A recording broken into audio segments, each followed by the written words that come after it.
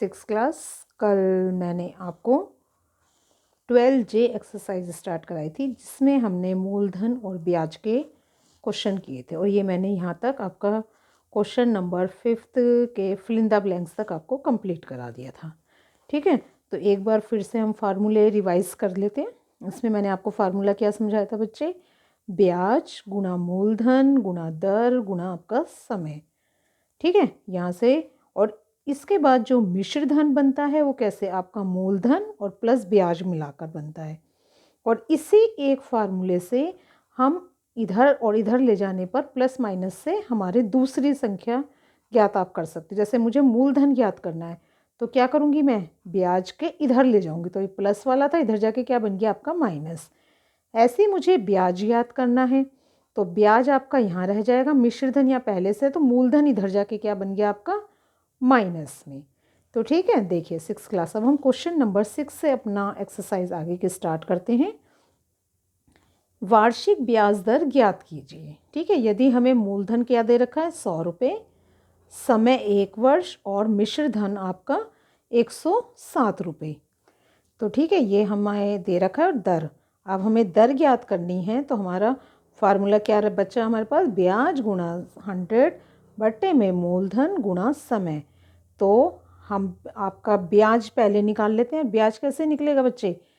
मिश्र धन और मूलधन का माइनस। तो मैं पहले यहाँ पर आपको ब्याज निकाल के दिखा देती हूँ। ब्याज बराबर आपका मिश्र धन, अभी बताया भी था आपको, ऊपर फार्मूला भी दिखाया था, ये मूलधन। ठीक है, तो मिश्र धन है मेरा 107 रुपये, ये रहा 107, और मूलधन क्या है मेरा? 100 रुपीज़।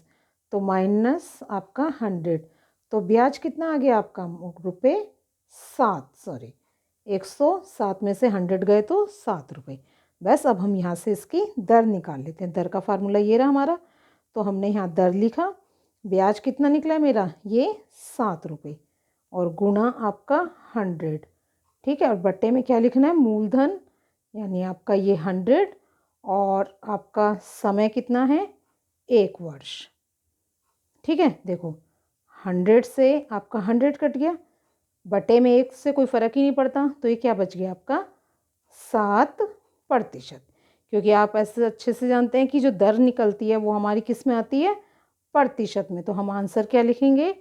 दर बराबर आपकी 7%। ठीक है, चलिए नेक्स्ट क्वेश्चन देखते हैं। Question number 7। एक किसान ने 12% वार्षिक ब्याज की दर से 2400 रुपया उधार लिया और उसने 2.5 वर्ष बाद 1200 रुपये तथा एक गाय देकर उसे चुका दिया। तो आपको गाय का मूल्य ज्ञात करना है। तो यहाँ हम सबसे पहले देखो, ये आपने उधार लिया और ये क्या थी आपकी? यहाँ पर क्या दे रखी है इसने? गाय का आपको 2.5 वर्ष बाद जो रुपए देकर आपने गाय को उधार चुकाया है। तो गाय का मूल्य हमें ज्ञात करना है। तो सबसे पहले तो हम ये इसमें इसका ब्याज निकाल लेते हैं। ठीक है, ये वार्षिक दर दी हुई है। चलिए पहले हम ब्याज निकालते हैं इसका। क्वेश्चन नंबर आपका है ये क्वेश्चन नंबर 7। तो ब्याज निकालने के लिए हमारा क्या फार्मूला है बच्चे? मूलधन। अब तो 6 क्लास आपको याद होना चाहिए, आपने इतने क्वेश्चन कर लिए इसके। मूलधन गुना दर गुना समय, और बट्टे में आपका 100। ठीक है, मूलधन कितना दे रखा है हमें? मूलधन दे रखा है इसने आपका 2400 रुपये। ठीक है, दर हमें कितनी दी है? 12%, तो 12, और समय क्या दे रखा है? देखो समय दे रखा है 2 सही 1/2, 2 दूनी 4 और 5। ठीक है, 5 यहाँ लिख दिया मैंने, और ये 100 तो ये है ही इसका आपका। ठीक है, ये 12 है, और ये आपका 2 इसका आ गया। ठीक है, तो ये आपका मूलधन, और ये 12/100 दर, और समय 2 सही 1/2 था, तो मैंने इसे 5/2 लिख दिया। अब काट लेते हैं। देखो 2 जीरो से आपकी 2 जीरो गई, 2 एकम 2, चाहे तो इसे काट लो, आपका 2 छिक 12। तो अब ये कितना हो गया? 6 पंजे 30, 24 गुणा 30, 6 पंजे 30 और 24 से गुणा कर देते हैं। 0, 3 चौक 12 और 1 3 दूनी 6, यह आपका आ गया 720। ठीक है, ये क्या आ गया आपका ब्याज 720। चलिए अब हम निकालते हैं मिश्र धन। मिश्र धन कैसे बनेगा? मूलधन, मूलधन कितना था मेरा 2400 और इसमें प्लस क्या करूँगी मैं आपका ब्याज, तो ये मेरा मिश्र धन आ जाएगा। इन दोनों को हमने प्लस कर दिया, ये 20 आपका, 7 4 11 और 2 3120 रुपये। तो ये क्या आ गया हमारे पास? हमारा आ गया ये मिश्र धन। ठीक है, अब उसने लास्ट में क्या कहा कि 1200 रुपये तथा एक गाय उधार चुका दी उसने। तो यहाँ से अब हम गाय का मूल्य निकाल सकते हैं। तो हम क्या लिखेंगे? गाय का मूल्य। तो गाय का मूल्य कैसे निकलेगा मेरा? ये इसमें से, ये टोटल हमारा मिश्र धन था और यहाँ 1200 रुपये मैंने नगद चुकाए। ठीक है, 1200 रुपये उसने क्या कहा कि आप 1200 रुपये दे दिए और एक गाय मीन्स मतलब देखो, जब उसने उधार लिए थे 2400 रुपये लिए थे, 2400 रुपये का ब्याज लगाकर 3120 रुपये लिए। अब उसने क्या कहा कि आप मेरे से एक तो 1200 रुपये ले लो और एक गाय ले लो मेरे से। तो जब मैंने उसे 1200 रुपये दे दिए तो गाय का मूल्य यहाँ से आपका निकल जाएगा। तो ये आ गया मेरा, आपका यहाँ से घटा देंगे तो 1920 रुपये। ठीक है, तो गाय का मूल्य हमारा यहाँ से निकल आया। 3120 उसे टोटल देना था, 1200 रुपये उसने नगद दे दिए और 1900 रुपये आपका गाय का मूल्य। तो ये आपका आंसर है यहाँ पे। चलिए क्वेश्चन नंबर 8, 12.5 वार्षिक ब्याज का क्या अर्थ है? मतलब ये पूछ रहा है कि यदि मैंने यहाँ पे लिखा है 12.5, ठीक है, तो ये वार्षिक ब्याज, इसका मतलब अर्थ में हम कैसे लिखेंगे? तो इसका अर्थ हम ऐसे लिखेंगे बच्चे, क्वेश्चन नंबर 8, इसका मतलब होता है बच्चे, यदि हमने 100 रुपये पर आपने किसी को देना है तो उस पर आप ब्याज के दोगे 12.5 रुपये ब्याज 1 वर्ष के लिए। देखो यहाँ इसने क्या लिखा है? वार्षिक। वार्षिक का मतलब होता है बच्चे 1 वर्ष, 12.5%। तो इसका मतलब होता है यदि आपने किसी से 100 रुपये उधार लिए हैं तो 100 रुपये पर जितनी दर है ना बच्चे, उतना ही 12 रुपये 50 पैसे यानी 12.5 रुपये आप ब्याज के लिए देंगे उसे। चलिए नेक्स्ट क्वेश्चन देखते हैं। क्वेश्चन नंबर 9 है, जॉर्ज ने एक स्कूल को 3600 रुपये दान में दिए। इस दान राशि के ब्याज से समान मूल्य की 6 छात्रवृत्तियां दी जाती हैं। यदि दान की राशि 10% वार्षिक ब्याज मिले तो प्रत्येक छात्रवृत्ति का मूल्य ज्ञात करिए। तो पहले तो हम ये जो 3600 रुपये हैं इस पे जो ब्याज है हम पहले वो ज्ञात कर लेते हैं। ठीक है, तो हमने ब्याज ये लिखा आपका। ठीक है, अब तक तो आपको फार्मूला अच्छे से क्लियर है बच्चे, मूलधन गुणा दर गुणा समय आपका। ठीक है, तो जो मेरा आपका मूलधन कितना आ गया? आपका मूलधन है यहाँ पे 3600 रुपये।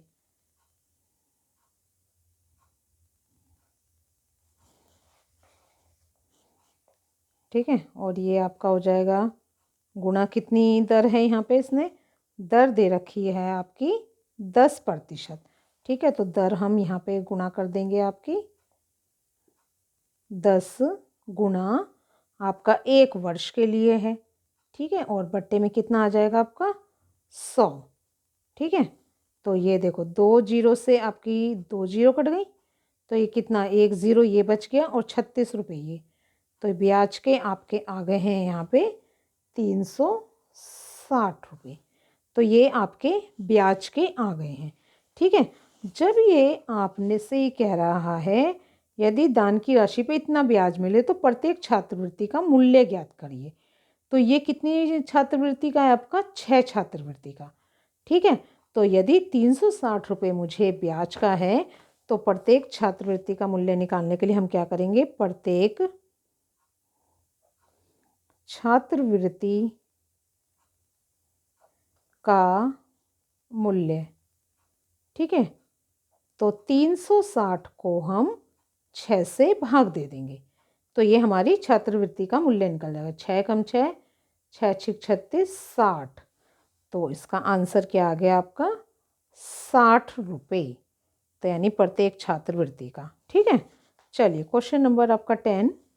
करीम ने बाग लगाने के लिए बैंक से 15,000 रुपये लोन लिए और बैंक पौधों की खरीद के लिए ऋण पर 20% छूट, यानी यहाँ आपको डिस्काउंट मिल रहा है, और शेष धनराशि पर 9% साधारण ब्याज लेता है। 4 वर्ष बाद करीम पूरा ऋण अदा करने के लिए बैंक को कितना रुपया देगा। ठीक है, पहले तो हम इसकी छूट निकाल लेते हैं। देखो बच्चे, छूट कैसे निकालेंगे। आपके पास जो कुल धन है, कुल धन आपके पास है रुपये 15,000, ठीक है। अब इस पे छूट कितनी कह रहा है, छूट कह रहा है वो आपकी 20%।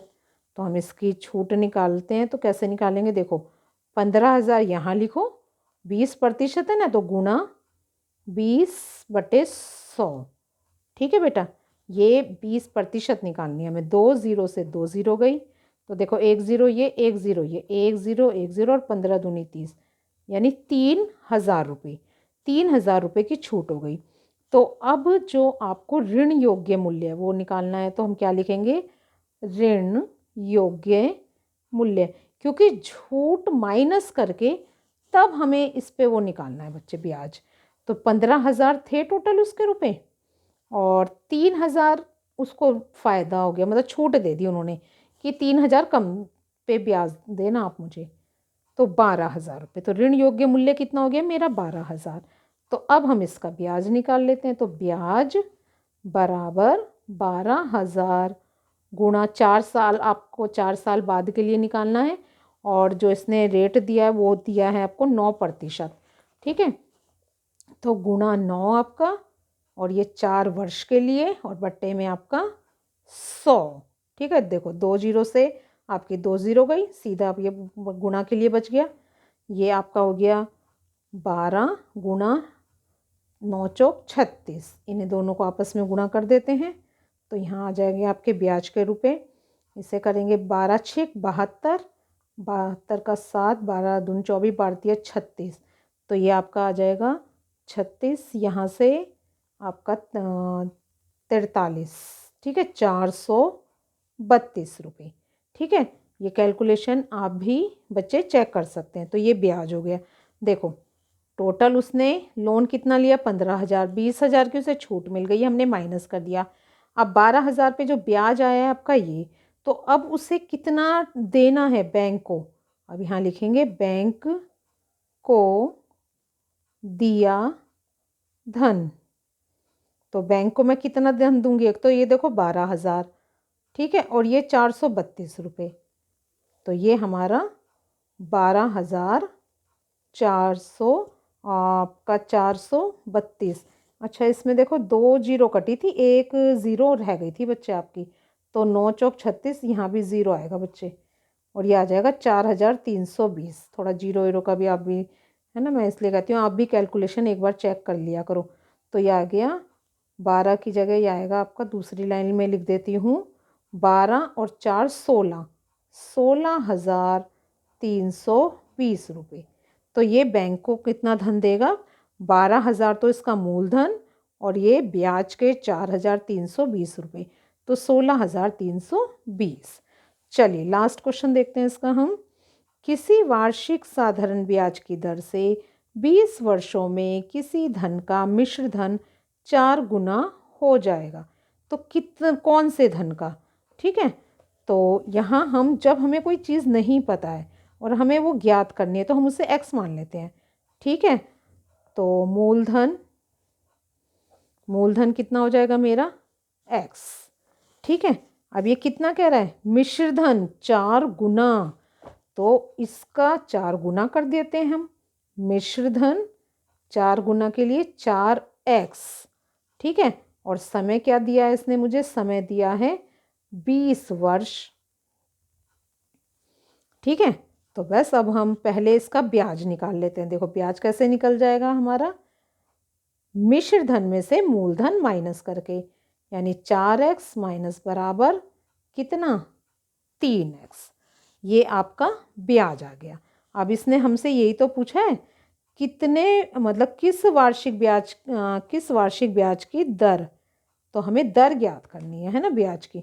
तो हम फार्मूला लिखेंगे, दर बराबर, दर के बराबर आपका क्या है, आपका ब्याज पहले गुना आपका 100, यहाँ आपका मूलधन और ये आपका समय। बस अब इसे काट देते हैं। देखो x से x कट गया, 20 से कम 20, 20 पंजे 100, 3 पंजे 15, तो 15%।